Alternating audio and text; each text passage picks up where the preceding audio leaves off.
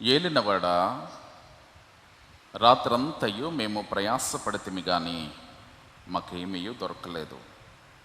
అయినను నీ మాట చెప్పున వలలు వెత్తునని ఆయనతో చెప్పాను. మన తండ్రి అయిన దేవుని నుండి, ప్రభు అయిన యేసు క్రీస్తు నుండి కృపయు సమాధానములు మీకు కలుగునుగాక. దయచేసి కూర్చోనండి. క్రీస్తు యేసునందు మిక్కిలి ప్రియులారా, లోకరక్షకుడు త్రిత్వదేవుని శుభకరమైన నామములో మరొక పర్యాయం ఈ త్రిత్వములోని 5వ ఆదివారపు ఆరాధనలో పాల్గొంటూ ఉన్న మీకందరికీ కూడా ఉదయకాలపు శుభములు, త్రిత్వకాలపు శుభములను తెలియజేస్తూ ఉంటూ ఉన్నాను. దేవుని మహా ఉచితమైనటువంటి కృపను బట్టి మరొక పునరుద్ధాన దినాన్న మనమందరము కలిసి ఈ రీతిగా దేవాలయములో ఆయనను ఆరాధించటానికి ప్రభు మనకు అనుగ్రహించిన గొప్ప ధన్యతను బట్టి దేవునికి స్తుతులు చెల్లిస్తూ ఉన్నాను. మరలా వచ్చే వారం నుండి మరలా పరిస్థితులు మారిపోతూ ఉంటూ ఉన్నాయి. కలెక్టర్ ఉత్తర్వుల మేరకు మరలా ఈ పశ్చిమ గోదావరి అంతా కూడా లాక్డౌన్ చేస్తూ ఉన్నటువంటి కారణం చేత రేపు వారం అంటే 13వ తేదీ నుండి 19వ తేదీ వరకు మరి లాక్డౌన్ ఉత్తర్వులు అందిన కారణం చేత వచ్చే వారం మరలా మనం ఈ రీతిగా కూర్చొని దేవుని సన్నిధానములో ఆరాధించటానికి వీలు లేదు. పరిస్థితులు భయంకరంగా కనబడుతూ ఉంటూ ఉన్నాయి. ఏ దినమున ఏమి సంభవించునో అది మనకు తెలియనటువంటి పరిస్థితుల్లో మనం ముందుకు సాగుతూ ఉన్నాం. ఒకవేళ అలాంటి పరిస్థితులు మన మధ్య కనబడుతూ ఉంటూ ఉన్నా సరే, ఆయనను ఆరాధించటంలో ఒకంత నిర్లిప్తత కలిగి జీవిస్తూ ఉన్నామేమో. దేవుడు అనుగ్రహించినటువంటి శ్రేష్టమైనటువంటి తరుణాన్ని సద్వినియోగం చేసుకోవటంలో కొంత అలసత్వాన్ని ప్రదర్శిస్తూ ఉంటూ ఉన్నామేమో అనబడినటువంటి ఆలోచన కలుగుతూ ఉంటూ ఉన్నది. జాగ్రత్త, దినములు చెడ్డవి గనుక సమయమును పోనీయక దానిని సద్వినియోగపరచుకోవాలి. వివేకము కలిగిన వారలముగా, జ్ఞానము కలిగిన వారలముగా దేవుడు అనుగ్రహించిన సమయాన్ని సద్వినియోగపరుచుకునే స్థితిగతులు ఏ విశ్వాసిలో అయితే ఉంటాయో, ఏ విశ్వాసి అయితే దానిని సద్వినియోగపరుచుకుని ఈ లోకములో జీవించిన జీవితకాలములో తన విశ్వాసపు జీవితాన్ని స్థిరపరుచుకుంటాడో ఆ విశ్వాసి మాత్రమే దేవునికి కుమారుడు, కుమార్తె. ఆ విశ్వాసి మాత్రమే పరలోక రాజ్యమునకు వారసుడు అనే విషయాన్ని మనం జ్ఞాపకం చేసుకోవాలి. మన జీవిత కాలములో మనము జీవిస్తూ ఉన్న జీవిత విధానాన్ని పరిశీలన చేసుకోవడానికే ఈ త్రిత్వకాలాన్ని ప్రభు మనకు అనుగ్రహించాడు. ఎన్ని సంవత్సరాలు బ్రతికాం అంటే, పుట్టిన నాటి నుండి నేటి దినము వరకు ఆయా వయస్సులు కలిగినటువంటి వారు వారి యొక్క జీవన యాత్రలో ముందుకు సాగుతూ ఉంటూ ఉన్నప్పుడు, అయ్యో నేను 50 సంవత్సరములు, 60 సంవత్సరములు, 70 సంవత్సరములు నేను క్రైస్తవునిగా జీవించాను అని చెప్పుకున్నటువంటి అనుభవాలు కాదు. కానీ నీ జీవిత కాలములో ఏది శ్రేష్టమైనవిగా, దేవునికి ఇష్టమైనవిగా నీవు జీవించ అనుభవం నీలో ఉందో వాటిని మాత్రమే లెక్కించవలసినటువంటి ఆవశ్యకత ఉన్నది అనే విషయాన్ని నేను జ్ఞాపకం చేస్తూ ఉన్నా. ఈ త్రిత్వకాలం ప్రభువు తిరిగి మనలను పిలుస్తూ ఉన్నటువంటి కాలం. తప్పిపోయినటువంటి మనలను, ఆయన మార్గములో నుండి తొలగిపోయినటువంటి మనలను ఆయన తిరిగి తన యొద్దకు పిలుస్తూ ఉన్నటువంటి కాలము ఈ త్రిత్వకాలం. ఈ త్రిత్వకాలములో మన యొక్క జీవిత స్థితిగతులను చూస్తూ ఉన్న దేవుడు పరిశుద్ధ గ్రంథములో ఉన్నటువంటి అనేక మంది విశ్వాసులు, అనేక మంది హతసాక్షులైనటువంటి వారు, ఆయనను వెంబడించినటువంటి వారి యొక్క జీవితములను ఉదాహరణలుగా చూపిస్తూ అనేక సందర్భాలలో మనలను ప్రేరేపిస్తూ ఆయన మనలను పిలుస్తూ ఉన్నాడు అనే సత్యాన్ని ఈ ఉదయకాలమున మనం జ్ఞాపకం చేసుకోవాలి. ఏ రీతిగా ఆయన పిలుస్తూ ఉన్నాడు అని గనక మనం ఆలోచన చేస్తూ ఉంటే, ఆయన మనలను పేరు పెట్టి పిలిచే దేవుడు, ఆయన మన కనుల ఎదుట అద్భుతములను చేసి తద్వారా ఆయన యందు విశ్వాసములోనికి పిలిచే దేవుడు, ఆయన చిత్తానుసారమైనటువంటి జీవితమును జీవించుట ద్వారా కలిగేడి ఆశీర్వాదముల ద్వారా మనలను తృప్తిపరచి ఆయన మార్గములో నడిపించటానికి సిద్ధుడైనటువంటి దేవుడు. కనుక ఈరోజు ఆయన యందు విశ్వాసములోనికి వచ్చినటువంటి పేతురు జీవితమును గుర్చి, లేదా పేతురు జీవితములో ఉన్నటువంటి స్థితిగతుల ద్వారా ఆయన మనలను ఏ రీతిగా తన యొద్దకు పిలుస్తూ ఉన్నాడో ఇట్టి మాటలను ఈరోజు మనం ధ్యానం చేయడానికి మనం సిద్ధపడదాం. ఆశ్చర్య కార్యముల ద్వారా ఆయన పిలిచే దేవుడు, ఆశ్చర్య కార్యముల ద్వారా ఆయన పిలిచే దేవుడు. ఎందుకు ఆశ్చర్య కార్యాలు చేయడం ఆయనకు పరిపాటి అని గనక మనం ఆలోచన చేస్తే, యెషయా గ్రంథం 9వ అధ్యాయం 6వ వచనములో ఆయనకు పెట్టబడినటువంటి పేరు ఆయన ఆశ్చర్యకరుడు, ఆలోచనకర్త, సమాధానకర్తయగు అధిపతి అని ఆయనకు పేర్లుగా ఉంటూ ఉన్నాయి. 9వ అధ్యాయము 6వ వచనములో వ్రాయబడినటువంటి ఆ మాటలను గనక చూస్తే, అక్కడ ఆయన ఆశ్చర్యకరుడు, ఆలోచనకర్త, బలవంతుడైన దేవుడు, నిత్యుడకు తండ్రి, సమాధానకర్తయకు అధిపతి, ఆయనకున్నటువంటి పేర్లలో శ్రేష్టమైనటువంటి పేరు. ఈ ఆశ్చర్యకరుడు మన జీవితాలలో అనేకమైనటువంటి ఆశ్చర్య కార్యములను చేసి తద్వారా ఆయనలోనికి, విశ్వాసములోనికి మనలను తీసుకుని వెళతా ఉంటూ ఉన్నాడు అనే విషయాన్ని మనం జ్ఞాపకం చేసుకోవాలి. అలనాడు అబ్రహాము జీవితములో ఆయన చేయబోయేడి ఆశ్చర్య కార్యము ద్వారా అబ్రహాములో విశ్వాసాన్ని రగిలించాడు. నేను నీ సంతానమును నేను విస్తరింప చేయబోతా ఉంటూ ఉన్నాను, ఈ లోకములో అనేక జనములకు నీవు తండ్రివి కాబోతా ఉంటూ ఉన్నావు, నీ జీవితములో నేను అట్టి ఆశీర్వాదములను అనుగ్రహించటానికి సంసిద్ధుడనుగా ఉన్నాను కనుక ఆ ఆశీర్వాదములను పొందడానికి నీవు సంసిద్ధుడవై నన్ను వెంబడించు అని ఆయన పిలిచిన దేవుడు. అలనాడు మోషేను గనక మనము చూస్తే, ఐగుప్తు దాస్యములో ఉన్నటువంటి ఇశ్రాయేలు ప్రజలను విడిపించటానికి మోషేను దేవుడు ప్రత్యేకించుకున్న తరువాత అద్భుత కార్యముల ద్వారా మోషే జీవితములో విశ్వాసాన్ని రగిలించినటువంటి వాడు. అనేక సందర్భములలో మోషే తృణీకరించినప్పటికీ కూడా మోషే జీవితములో దేవుడు చేసిన అద్భుతములు ఆయన యందు పరిపూర్ణమైన విశ్వాసము కలిగినటువంటి వానినిగా అవి చేశాయి అనేటువంటి విషయాన్ని కూడా ఈరోజు మనము జ్ఞాపకం చేసుకోవాలి. దేవుడు మానవుల పట్ల ప్రేమ, మానవుల పట్ల ప్రత్యేకమైనటువంటి శ్రద్ధ, ప్రేమ కలిగినటువంటి ఆ స్థితిగతులను కనపరచటానికి ఆయన మానవుల పట్ల గొప్ప అద్భుత కార్యములను చేసి తన యొక్క మహిమను బయలుపరుస్తూ ఉంటూ ఉన్నాడు అనే సత్యాన్ని కూడా మనం గ్రహించాలి. ఎందుకు మానవుల పట్ల ఇంత ప్రేమను కనపరుస్తూ ఉన్నాడు? దావీదు అంటూ ఉంటాడు 8వ సంకీర్తనలో, నీవు మనుష్యుని జ్ఞాపకం చేసుకున్నటకు వాడు యాపాచివాడు అని చెప్పక మునుపు ఈ 8వ కీర్తన ప్రారంభములో అంటాడు, యెహోవా మా ప్రభువా, ఆకాశములలో నీ మహిమను కనపరచువాడా, భూమి అందంతటా నీ నామము ఎంత ప్రభావము గలది. శత్రువులను పగ తీర్చుకుని వారిని మాన్పివేయుటకై నీవు విరోధులను బట్టి బాలుర యొక్కయు చంటి పిల్లల యొక్కయు స్తుతుల మూలమున నీవు ఒక దుర్గమును స్థాపించి ఉన్నావు అని చెబుతూ 3వ వచనములు అంటాడు, నీ చేతి పని అయిన నీ ఆకాశములను, నీవు కలుగజేసిన చంద్ర నక్షత్రములను నేను చూడగా నీవు మనుష్యుని జ్ఞాపకము చేసుకున్నటకు వాడు ఏపాటివాడు.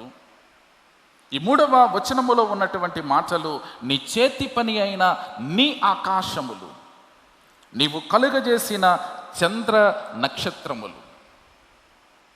ఎప్పుడైనా టెర్రస్ మీదకి వెళ్ళి ఆకాశం వైపునకు అలా చూస్తూ ఉంటే ఆ స్టార్స్ అన్నింటినీ చూస్తూ ఉన్నప్పుడు ఆలోచనలోనికి వెళితే చాలా ఆశ్చర్యం కలుగుతూ ఉంటుంది. ఒక శూన్యములో మనం ఉన్నాం అని అనుకుంటే ఆ శూన్యములో వేలాడుతూ ఉన్నటువంటి ఈ యొక్క సౌర వ్యవస్థ, ఈ మండలాలు, ఈ నక్షత్రాలు, వీటినన్నింటినీ కూడా చూస్తూ ఉంటే ఎంత ఆశ్చర్యం కలుగుతుందో. ప్రభువు ఎంత జ్ఞానయుక్తముగా వీటన్నిటినీ మన కొరకు సృజించాడో, వీటిని సృజించటంలో దేవుని యొక్క శక్తి ఎంత ఉన్నతమైనదో, ఇవన్నీ కూడా మనం ఆలోచన చేస్తూ ఉంటే, ప్రభువా నీవెంత శక్తిమంతుడవు, ఇంత శక్తిమంతుడమైనటువంటి నీ ఎదుట ఉన్నటువంటి నేను ఎంత అల్పుడను, అలాంటి అల్పుడనైనటువంటి నన్ను నీవు జ్ఞాపకం చేసుకుంటూ ఉన్నావా? అలాంటి అల్పుడనైనటువంటి నా జీవితంలో నీవు అద్భుతాలు చేస్తూ ఉన్నావా? అలాంటి పనికిరానటువంటి నన్ను నీ పని కొరకు పిలుచుకుంటూ ఉన్నావా? నేనెంత ధన్యుడను. నీవు నన్ను జ్ఞాపకం చేసుకొనడానికి సహితము నేను సరిపోయేటంతటి వాడను కాదే.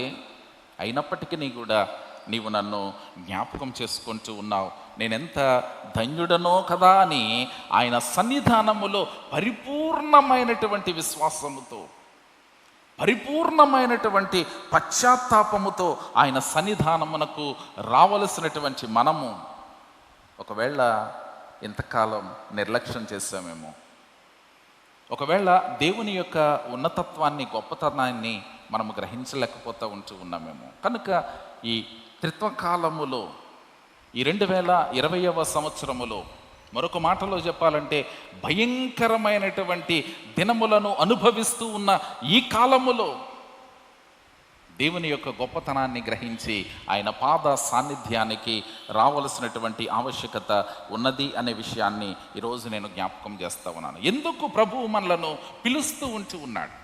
ఎందుకు ప్రభువు మనలను ప్రత్యేకించుకుంటూ ఉన్నాడు?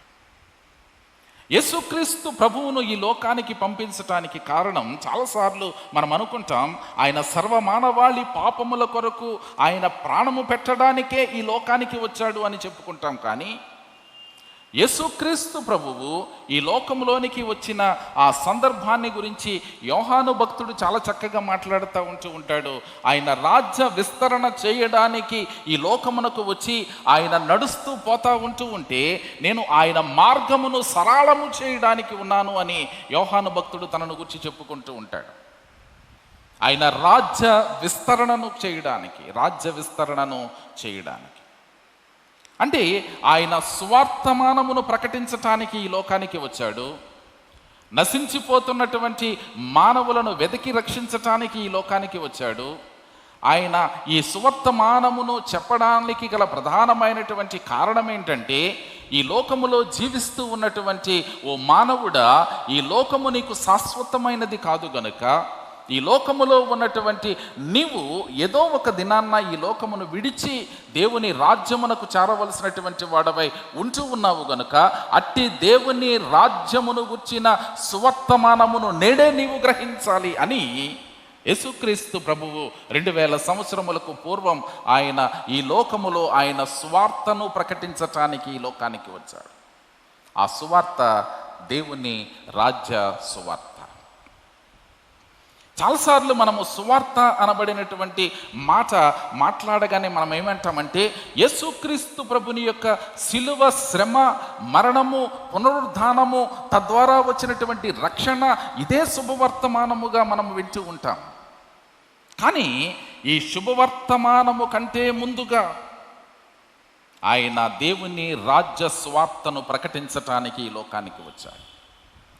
ఆ దేవుని రాజ్యములోనికి నీవు ప్రవేశించటానికి అర్హత లేనటువంటి వాడవైన నిన్ను ఆయన అర్హుణ్ణి చేయడానికి ఆయన నిన్ను ప్రేమతో పిలిచాడు అనేటువంటి విషయాన్ని ఈరోజు నేను జ్ఞాపకం చేస్తూ ఉన్నాను. కనుక ఈ సువార్తను గురించి ఒక భక్తుడు చాలా శ్రేష్టమైనటువంటి మాట తెలియజేస్తూ ఉన్నాడు. మానవ లోకములో దేవుని అద్భుతమైనటువంటి చరిత్రయే సువార్త అనేటువంటి మాట.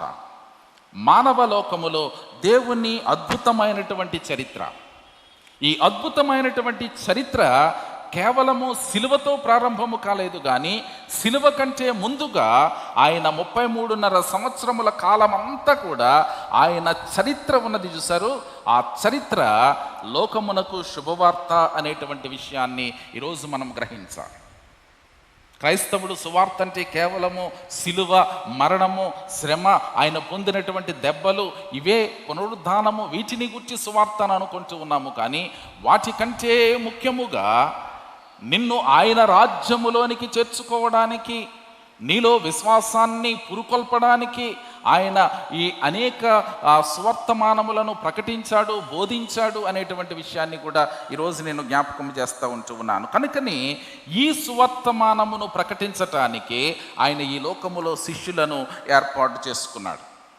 ఈ శిష్యులను ఏర్పాటు చేసుకున్నటను గురించి మాట్లాడుతూ లూకా సువార్తలో మనం చదవబడినటువంటి సువార్త పాఠంలో మనం చూస్తూ ఉంటాం.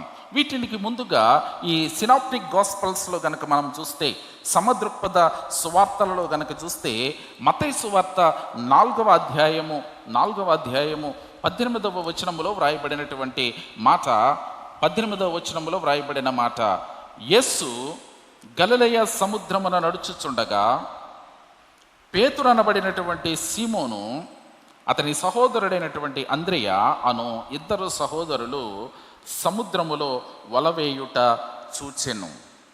వారు జాలరులు. ఆయన, నా వెంబడి రండి, నేను మిమ్మును మనుష్యులను పట్టు జాలరులుగా చేతినని వారితో చెప్పాను. ఆ ప్రక్కన మాట నాకు చాలా సంతోషం కలిగించింది. వెంటనే వారు తమ వలలు విడిచిపెట్టి ఆయనను వెంబడించిరి. పేతురు, అంద్రెయ వీరు వలలు గడుక్కుంటూ ఉన్న పరిస్థితుల్లో, నేను మిమ్మల్ని మనుషులను పట్టడానికి పిలుస్తూ ఉన్నాను రండి అంటే, వెంటనే వారు వలలు విడిచిపెట్టేసి వారు వెళ్ళిపోయారట.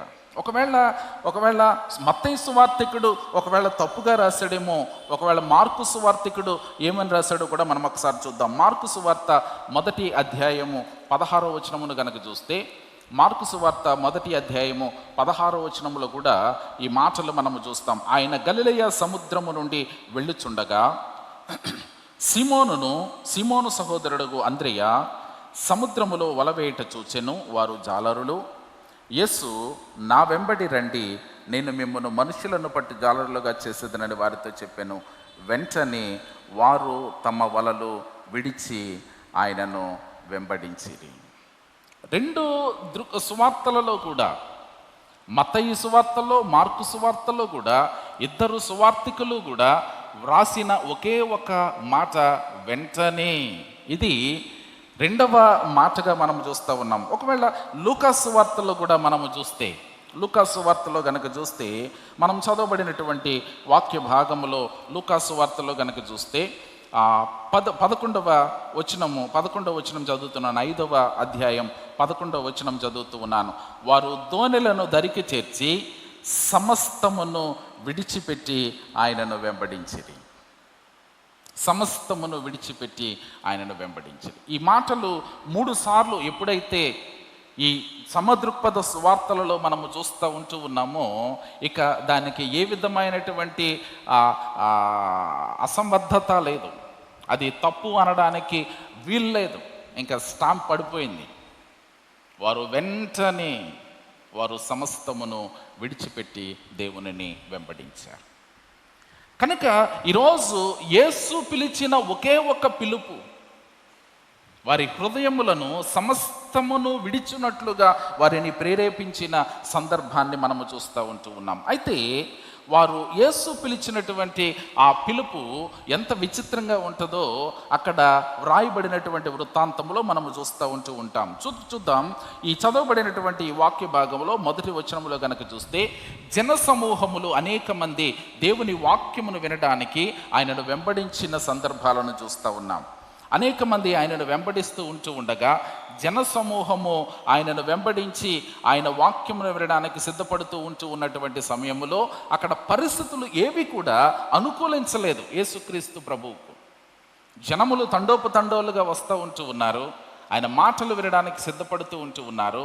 ఆయన బోధించటానికి ఆ సరైన ఒక పుల్పిట్ లేదా ప్రసంగం చేసే ఒక వేదిక ఆయనకు లేదు.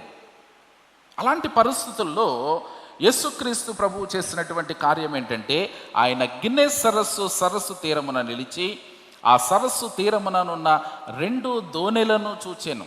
ఈ 2 మాటలు అండర్లైన్ చేసుకోండి. ఆయన 2 దోణెలను చూచెను. జాలరులు వాటిలో దిగి తమ వలలు కడుగుచుండిరి. ఆయన ఆ దోణిలో సిమోనుదైన ఒక దోణి ఎక్కి దరి నుండి కొంచెము త్రోయమని అతనిని అడిగి కూర్చుండి దోణిలో నుండి జనసమూహములకు బోధించుచుండెను. జరిగిన ఆ చిన్న సంఘటనను గురించి మనం ఒక్కసారి ఆలోచన చేస్తే, ఆయన చూచినవి 2 దోణిలు, ఏర్పాటు చేసుకున్నది సీమోను దోణి. సీమోను దోణిను ఏర్పాటు చేసుకుని సీమోనుతో ఒక రిక్వెస్ట్ చేస్తూ ఉన్నాడు, దోణిను కొంచెం ముందుకి జరుపు. ఆ సీమోను ఎప్పుడైతే ఆ పని చేశాడో, ఆ సీమోను చేసినటువంటి ఆ పనిని బట్టి యేసుక్రీస్తు ప్రభువు ఆ దోణిను ఒక ప్రసంగ వేదికగా చేసుకుంటూ ఉన్నాడు. ఆయన చూచినవి 2 దోణెలు. ప్రియ విశ్వాసులారా, ఈరోజు ఆయన భూమి మీద ఉన్న సమస్తమును కూడా ఆయన చూచుచూ ఉన్నాడు. 113వ సంకీర్తనలో చూస్తాం, ఆయన భూమి ఆకాశములను వంగి చూడననుగ్రహించు ఉన్నాడు. ఆయన భూమి ఆకాశములను, భూమి మీద ఉన్న సమస్తమును కూడా ఆయన చూస్తూ ఉన్నాడు. ఆయన కంటికి మరుగైనది ఏదియూ లేదు. సమస్తమును కూడా ఆయన చూచుచూ ఉన్న దేవుడు. ఆ చూచుచూ ఉన్నటువంటి దేవుడు నన్ను కూడా చూస్తూ ఉన్నాడు. నన్ను చూస్తూ ఉన్నటువంటి దేవుడు ఎవరినో ఒకరిని ప్రత్యేకించుకొని తీరవలసిందే. ఇక్కడ 2 దోణెలు చూచాడు. 2 దోణెలలో సిమోనుదైనటువంటి దోణెను మాత్రం ఆయన ప్రత్యేకించుకున్నాడు. ఈరోజు ఎందుకు ఈ మాట నేను నొక్కి చెబుతూ ఉన్నాను అంటే, ఈ లోకములో క్రైస్తవులమైనటువంటి మన యొక్క జీవితాలను ఆయన చూస్తూ ఉన్నాడు. కానీ ఆయన ప్రత్యేకించుకునే విశ్వాసపు అనుభవాలు మనలో ఉన్నాయో లేదు. ఆయన ద్వారా ఏర్పరచబడినటువంటి స్థితిగతులు నీలో నాలో ఉన్నాయో లేదో, ఆయన ద్వారా విశ్వాసములోనికి వచ్చే స్థితిగతులు మనలో కనబడుతూ ఉన్నాయో లేదో, మనలను గూర్చి ఆయన ఏమనుకుంటూ ఉన్నాడు, ఏమని అనుకుని ఆయన నా పట్ల తన కార్యాలు చేస్తూ ఉన్నాడు. ఈరోజు సీమోనుదైనటువంటి ఆ దోణెను ఆయన ఏర్పాటు చేసుకుని సీమోనుతో మాట్లాడుతూ ఉన్నాడు. ఓ సీమోను, ఈ దోణెను కొంచెం ముందుకు తీసుకుని వెళ్తావా? ప్రియ విశ్వాసులారా, ఈరోజు ప్రభువు నీతో నాతో కూడా మాట్లాడడానికి ఇష్టపడుతూ ఉన్నాడు. నన్ను కూడా ఏర్పాటు చేసుకోవడానికి ఇష్టపడుతూ ఉన్నాడు. ఎప్పుడు ఆయన ఏర్పాటు చేసుకుంటాడు, ఎప్పుడు మనతో మాట్లాడతాడు అంటే, ఆయన మాటకు విధేయతను చూపగలమో లేదో అనబడినటువంటి ఆలోచన అతని హృదయాంతరంగములో కలగాలి. దేవుని మాటకు విధేయతను కనపరిచే మనస్సు మన జీవితాలలో ఉన్నది అనబడినటువంటి ఒక నిశ్చయత ప్రభువుకు కలగాలి. ఆ నిశ్చయిత ప్రభువుకు గనక కలిగితే ప్రభువు తప్పక నిన్ను ఏం చేస్తాడు? ఏర్పాటు చేసుకుంటాడు. తప్పక ఆయన నీతో మాట్లాడతాడు. ఈరోజు సీమోను హృదయాన్ని చూచాడు. సీమోనుదైనటువంటి దోణెను ప్రత్యేకించుకున్నాడు. ఆ సీమోనుదైనటువంటి ఆ దోణెను ప్రత్యేకించుకోవడం మాత్రమే కాదు, కానీ సీమోనుతో మాట్లాడి సీమోను ద్వారా ఒక కార్యాన్ని జరిగించి తద్వారా ఆ దోణెను దేవునికి ఉపయుక్తమైనటువంటి దోణిగా చేసుకున్నాడు. దేవునికి కావలసినటువంటి దోణి అది. ఈరోజు దోణి అనబడినటువంటిది మానవ హృదయమునకు సాదృశ్యముగా ఉంటూ ఉన్నది. మనందరము కూడా ఒక్కొక్క దోణెలము అయితే మన దోణెను దేవుడు ఉపయోగించుకోవడానికి సిద్ధంగా ఉన్నాడా? మన దోణి దేవునికి ఉపయోగపడే స్థితిగతుల్లో ఉన్నదా? ఒకవేళ ఆ దోణెను ఉపయోగించుకోవడానికి సిద్ధపడి దేవుడు పిలుస్తూ ఉంటే ఆ పిలుపును గ్రహించి ఆయన మాటను వినే అనుభవాలు మన జీవితాల్లో ఉన్నాయా? ఎన్నో ప్రశ్నలు తలెత్తుతూ ఉంటూ ఉన్నాయి. ఈరోజు ప్రభువు నీ దోణెను కూడా ఒక ప్రసంగ వేదికగా చేసుకుని నీ జీవితాన్ని అనేకులకు మాదిరిగా చూపించాలని ఆయన ఇష్టపడుతూ ఉంటూ ఉన్నాడు. అలాంటి సమయంలో ఎప్పుడైతే ఆ పేతురు దోణి ఎక్కి ఆయన ప్రసంగిస్తూ ఉంటూ ఉన్నాడో, వారితో ఆ ప్రసంగం అంతా కూడా అయిపోయిన తరువాత వారితో మాట్లాడుతూ ఉన్నటువంటి మాటలను గనక మనము చూస్తే మూడవ వచనం కనుక చూస్తే 3వ వచనములు అంటాడు, ఆయన ఆ దోణిలో సిమోనుదైన ఒక దోణి ఎక్కి దరి నుండి కొంచెం త్రోయమని అతను అడిగి కూర్చుండిన దోణిలో జనసమూహమునకు బోధించుండే. 4వ వచనములో ఆయన బోధించుట చాలించిన తరువాత నీవు దోణెను లోతునకు నడిపించి చేపలు పట్టుటకు వల వేయుడని సీమోనుతో చెప్పగా, సీమోను ఏలినవాడా, రాత్రంతయు మేము ప్రయాసపడితిమి కానీ మాకేమీ దొరకలేదు. రాత్రంతయు ప్రయాసపడితిమి కానీ మాకేమీ దొరకలేదు. ఈరోజు ఈ భూమండలము మీద ఉన్న ప్రతి వాని యొక్క జీవితంలో కూడా ఇలాంటి నిరుత్సాహం ఉంది. ఈ విశ్వాసపు జీవితంలో ఉన్నటువంటి వారు మాత్రమే కాదు కానీ క్రైస్తవులు, క్రైస్తవేతరులు అనబడినటువంటి వారు, ఈ భూమండలము మీద ఉన్న ప్రతి ఒక్క వ్యక్తి జీవితములో కూడా ఈ నిరుత్సాహం, నిస్పృహ కలిగినటువంటి అనుభవాల్లోనే చాలామంది జీవిస్తూ ఉంటూ ఉన్నారు. అయ్యా, రాత్రంతా శ్రమ పడ్డాను, నా జీవితం అంతా ప్రయాసపడ్డాను, పుట్టినది మొదలుకొని నేటి దినము వరకు మాకు విశ్రాంతి లేదు, మా జీవిత కాలం అంతా కూడా శ్రమలతోనే మేము గడుపుతూ ఉంటూ ఉన్నాం. ఏ విధమైనటువంటి శాంతి, సమాధానము మా జీవితాల్లో కలగటం లేదు. ప్రియ క్రైస్తవ విశ్వాసి, ఈరోజు అలాంటి నిరుత్సాహం, అలాంటి నిస్పృహ నీ జీవితంలో ఉన్నాయా? అలాంటి నిరుత్సాహము, నిస్పృహతో గనక నీవు కన్నీరు కారుస్తూ ఉంటూ ఉన్నావా? వేదనకరమైనటువంటి పరిస్థితులు నీ కుటుంబములో, కన్నీరు కార్చే పరిస్థితులు నీ బిడ్డల యొక్క జీవితాలలో, వేదనకరమైనటువంటి స్థితిగతులు మీ యొక్క కుటుంబ జీవితాలలో నీవు నిత్యము చూస్తూ రోధిస్తూ ఉంటూ ఉన్నావా? ఈరోజు పేతురు చేసిన పని నీవు చేయడానికి సిద్ధపడతా ఉన్నావా? పేతురు ఏమన్నాడో తెలుసా? అయ్యా, రాత్రంతా మేము శ్రమ పడ్డాం, రాత్రంతా కష్టపడ్డాం, మాకేమీ దొరకలేదు. అయినను, అక్కడ అన్నటువంటి మాట చూడండి, అయినను నీ మాట చెప్పున మేము వలలు, నీ మాట చెప్పున, నీ మాట చెప్పున. అప్పటికి పేతురుకి యేసు ఎవరో తెలియదు. అప్పటికి ఆ పేతురుకి యేసుకి మధ్య ఏ విధమైనటువంటి సంబంధాలు కూడా లేవు. వారు వలలు వేసుకుంటూ, చేపలు పట్టుకుంటూ వారి జీవనాన్ని కొనసాగిస్తూ ఉన్నటువంటి వారు. అయితే యేసు ఎప్పుడైతే ఆ పేతురు దోణిలోనికి ఎక్కాడో, యేసు ఎప్పుడైతే ఆ పేతురుతో మాట్లాడాడో, పేతురు ఎప్పుడైతే యేసు మాట వినాలి అనబడినటువంటి మనస్సు కలిగి ఆ దోణిను కొంచెం లోపలికి తోశాడో, పేతురు హృదయములో కలిగిన పరివర్తన ఏంటో తెలుసా? నేను పుట్టిన నాటి నుండి ఇప్పటి వరకు ఎన్ని శ్రమలు పడినా సరే, ఈరోజు ఆయన మాట వింటే ఒకవేళ నా జీవితంలో అది ఆశీర్వాదకరమైనదిగా ఉండబోతా ఉన్నదేమో.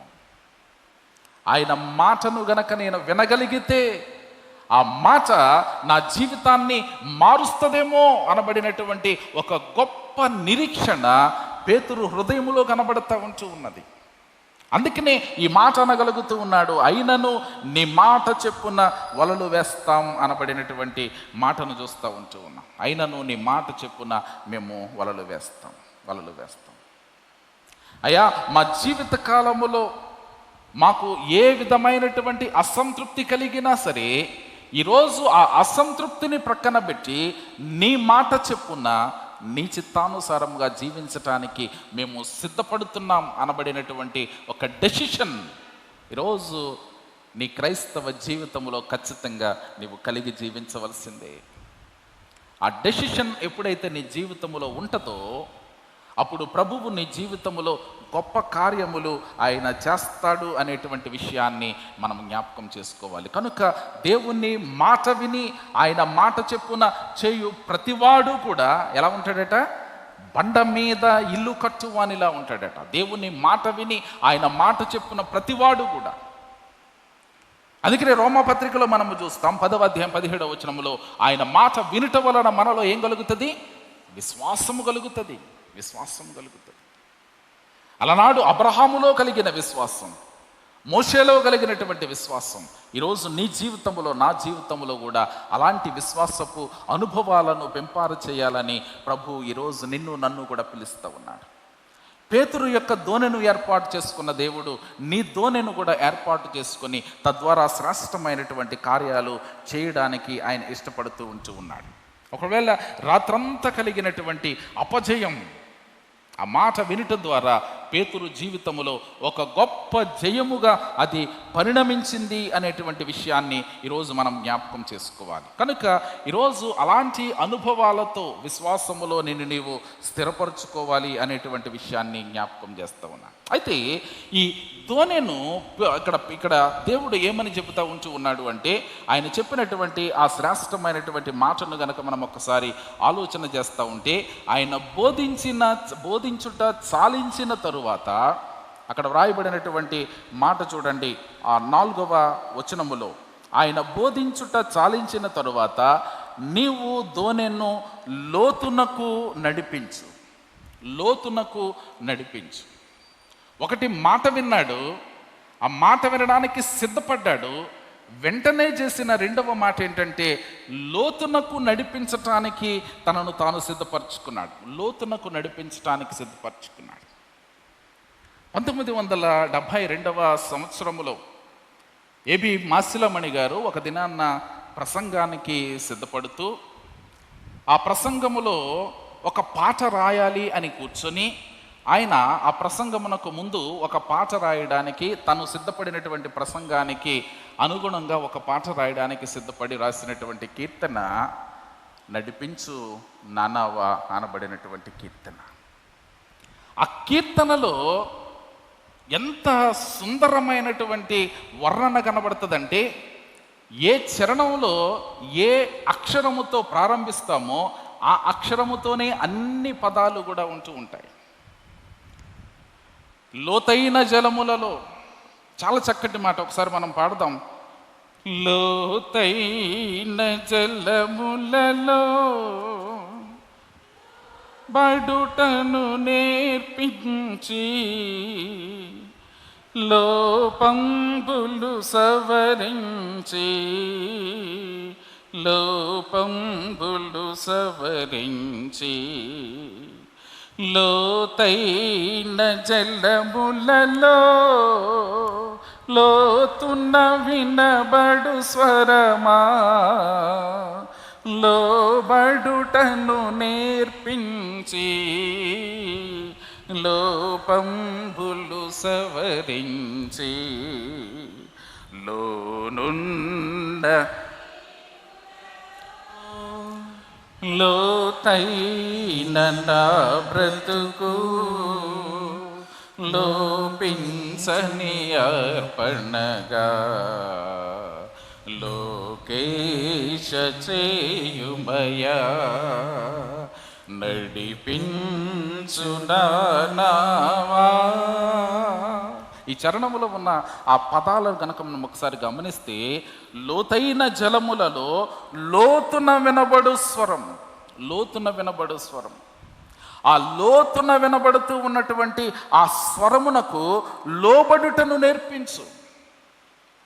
లోతున వినబడేటువంటి ఆ స్వరానికి నన్ను లోతున లోబడే అనుభవాలు నాకు నేర్పించు.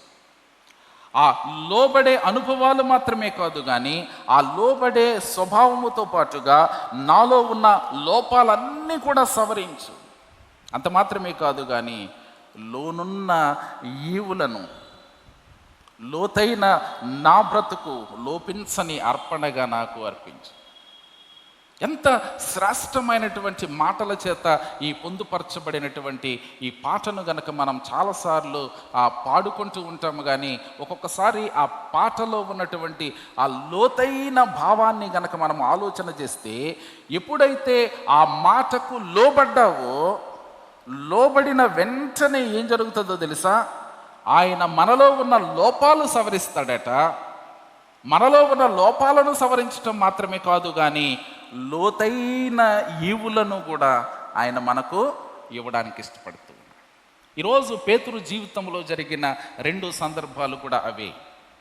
అయ్యా, నీ మాట చెప్పున నేను చేస్తాను అని చెప్పినటువంటి ఆ పేతురు తన జీవితంలో ఉన్న లోపాలను ప్రభువు సవరించాడు. లోపాలను ప్రభువు సవరించటం మాత్రమే కాదు కానీ లోతైన ఈవులను కూడా ప్రభువు పేతురుకి ఇచ్చాడు. అందుకనే క్రింద మనం చూస్తాం, వారు వలలు లాగుతూ ఉన్నారట. వలలు లాగుతూ ఉంటే వారి వలలు పిగిలిపోతూ ఉన్నాయట. అయ్యా, రాత్రంతా మేము శ్రమపడ్డాం, ఏంటి ఈ అద్భుతం ఏంటి? రాత్రంతా మేము ప్రయాసపడ్డాం, ఏమీ దొరకలేదు కదా. ఈరోజు లోతునకు నడిపించమన్నావు, లోతునకు తీసుకుని వెళ్ళాం, నీ మాట విన్నాం, లోతైన ఈవులను మాకు అనుగ్రహించావు. ఆ వలలు పిగిలిపోతూ ఉంటే అక్కడ అన్నటువంటి మాట చూడండి, ఆ ప్రక్కన ఉన్నటువంటి 6వ వచనములో, వారు అలాగు చేసి విస్తారమైన చేపలు పట్టిరి, అందుచేత వారి వలలు పిగిలిపోవచుండగా వారు వేరొక దోణిలోనున్న తమ పాలివారి వచ్చి తమకు సహాయము చేయవలనని వారికి సంజ్ఞలు చేసిరి. సిగ్నల్స్ చేస్తూ ఉంటూ ఉన్నారు. అరే, ఎక్కడో ఉన్నారు, నాశనమైపోతూ ఉంటూ ఉన్నారు, అలసిపోతూ ఉంటూ ఉన్నారు, లోకములో ఇక్కడ ఏం దొరుకుతుందా అని దిగంబరులుగా తిరుగుతూ ఉంటూ ఉన్నారు. అక్కడ కాదు, ఇక్కడికి రండి, ఇక్కడికి రండి. మీరు ఇక్కడికి వస్తే సమృద్ధి అయిన లోతైన ఈవులు ప్రభు మనకు చూపిస్తూ ఉంటూ ఉన్నాడు. ఈ సమృద్ధి అయినటువంటి లోతైన ఈవుల చేత మనలను తృప్తిపరిచిన దేవుడు మనలను పిలుస్తూ ఉంటూ ఉన్నాడు. రండి అని వారు సంజ్ఞలు చేస్తూ ఉన్నారు, అంటే సిగ్నల్స్ ఇస్తూ ఉంటూ ఉన్నారు. ఈరోజు ప్రియ క్రైస్తవ విశ్వాసి, ఆ సిగ్నల్స్ నీకు కూడా అందుతూ ఉంటూ ఉన్నాయి సుమా. ఆ సిగ్నల్స్ నీకు అనేక సార్లు అందాయి సుమా. ప్రభువు అనేక సార్లు అలాంటి సిగ్నల్స్ నీకు కూడా ఇచ్చాడు. నువ్వేమనుకున్నావో తెలుసా? ఇంకా సమయం లేదులే, అప్పుడే కాదులే, అప్పుడే ప్రభువు దగ్గరకు వెళ్ళే సమయం ఇంకా రాలేదులే అని అనుకున్నావేమో. ఈరోజు ప్రభువు నిన్ను ప్రేమించి లోతున ఉన్నటువంటి ఆ స్వరముతో లోబడే తత్వము నీకు ఉండాలని, లోతైనటువంటి ఈవులను నీకు ఇవ్వాలని ఆయన నిన్ను పిలుస్తూ ఉంటూ ఉన్నాడు. ఆయన దగ్గరకు రావడానికి సిద్ధపడుతూ ఉన్నావా? ఆయన పిలుపును గ్రహించి నీవు ఆయన చిత్తానుసారమైనటువంటి జీవితమును జీవించటానికి నీవు సిద్ధపరచుకుంటూ ఉన్నావా? జాగ్రత్త, ఆయన మాట ఎప్పటికైనా వినడానికి నీవు సిద్ధపరచు. ఇప్పటికైనా ఆయన మాటను విని ఆయన ఇచ్చు శ్రేష్టమైనటువంటి ఆశీర్వాదములను పొందడానికి ఆయన నిన్ను పిలుస్తూ ఉంటూ ఉన్నాడు గనుక ఆ పిలుపును గ్రహించి ఆ పిలుపు ద్వారా నీవు అనేకుల యొక్క జీవిత స్థితిగతులను మార్చే ఒక మంచి సాధనముగా దేవుడు నిన్ను చేయడానికి ఇష్టపడుతూ ఉంటూ ఉన్నాడు. ఇప్పటికైనా ఆయన పిలుపును గ్రహించి ఆయన దగ్గరకు రావడానికి ఇష్టపడుతూ ఉన్నావా? అందుకని చదవబడినటువంటి సువార్త పాఠములు, పత్రిక పాఠంలో కనుక చూస్తే, పేతురు రాసిన మొదటి పత్రిక 3వ అధ్యాయం 8వ వచనములో కనుక చూస్తే, పేతురు రాసిన మొదటి పత్రిక 3వ అధ్యాయం 8వ వచనములో చాలా శ్రేష్టమైనటువంటి మాట కనబడుతూ ఉంటుంది. చూడండి, 9వ వచనాన్ని చదువుతూ ఉన్నాను. ఆశీర్వాదమునకు వారసులగుటకు మీరు పిలువబడితిరి. మీరు చక్కగా పలావ్ భోజనం తినడానికి పిలువబడలా, మీరు చక్కగా కూర్చొని నిద్రపోవడానికి పిలువబడలా. మీరెందుకు పిలువబడ్డారో తెలుసా? ఆశీర్వాదానికి వారసులు అవ్వడానికి పిలువబడ్డారు. ఈ ఆశీర్వాదానికి వారసులు అవ్వడానికి దేవుడు పిలుస్తూ ఉంటే జీవితకాలం అంతా కూడా ఆయన పిలుపును నిర్లక్ష్యం చేస్తామేమో. పెళ్ళికి ఎవరైనా ఆహ్వాన పత్రిక ఇస్తే, ఎవరైనా మినిస్టర్ పెళ్ళికి ఆహ్వాన పత్రిక మనకు వచ్చిందనుకోండి, ఎంత గొప్పగా చెప్పుకుంటాము. అబ్బా, మినిస్టర్ నాకు వివాహపు ఆహ్వాన పత్రిక నాకు ఇచ్చాడు. ఎందుకు పిలిచాడు? చక్కగా వచ్చి మేము పెట్టే భోజనం తిని వెళ్ళు. ఇంకా నీ దగ్గర ఏమైనా డబ్బు ఎక్కువగా ఉంటే ఏవైనా కానుకలు ఇచ్చి వెళ్ళు. కానీ ప్రభు అందుకు పిలవటం లేదు. నీ స్థితిగతులను చూచి, నీ జీవితాన్ని చూచి, నీలో ఉన్న నిరుత్సాహాన్ని చూసి, నిస్పృహను చూచి, ఆ లోతున ఉన్నటువంటి ఆ లోతైన ఈవులను నీకిచ్చి నిన్ను తృప్తిపరిచి నిన్ను సంతోషపరచటానికి ఆయన పిలుస్తూ ఉన్నాడు. ఈ సత్యాన్ని గ్రహించవా? ఒకవేళ గ్రహిస్తే ఇంకా ఆయన దగ్గరకు నువ్వెందుకు రాలేకపోతూ ఉన్నా? ఈరోజు ఆశీర్వాదానికి, వారసత్వాన్ని నీకు ఇవ్వడానికి ఆయన పిలుస్తూ ఉంటే ఆ వారసత్వాన్ని నువ్వెందుకు స్వీకరించలేకపోతూ ఉన్నా? ఆ వారసత్వము ద్వారా అనేకులను వారసత్వంలోనికి ఎందుకు నడిపించలేకపోతూ ఉన్నాం? ఈరోజు మనం సంపాదించుకున్నది ఈరోజు నా కొడుకుకే కాదు, నా మనవలో కూడా తిని సంతోషించాలని, ఎంతగానో వారసత్వం పెరగాలని తపించి తలంచుతూ ముందుకు సాగుతూ ఉన్నావే. దేవుని యొక్క రాజ్య సువార్త విస్తరణలో నువ్వెందుకు వారసుడవు కాలేకపోతూ ఉన్నా? దేవుని యొక్క రక్షణ సువార్తను ప్రకటించడంలో నువ్వెందుకు వారసుడవు కాలేకపోతూ ఉన్నా? జాగ్రత్త, భయంకరమైనటువంటి దినాలు మన కళ్ళు ఎదుట ఉంటూ ఉన్నాయి. ఇటీవల కాలంలో, గడిచిన వారములో చాలా దుఃఖకరమైనటువంటి పరిస్థితి. నాతో పాటు ఆంధ్ర థియోలాజికల్ కాలేజీలో పాస్టర్ ట్రైనింగ్లో ఉన్నటువంటి చర్చ్ ఆఫ్ సౌత్ ఇండియాకు చెందినటువంటి నా ఒక సహోదరుడు, పాస్టర్ గారు రెవరెండ్ షెడ్రక్, భయంకరమైనటువంటి కరోనా సోకి కుటుంబం అంతా కూడా క్వారంటైన్లో ఉన్నారు.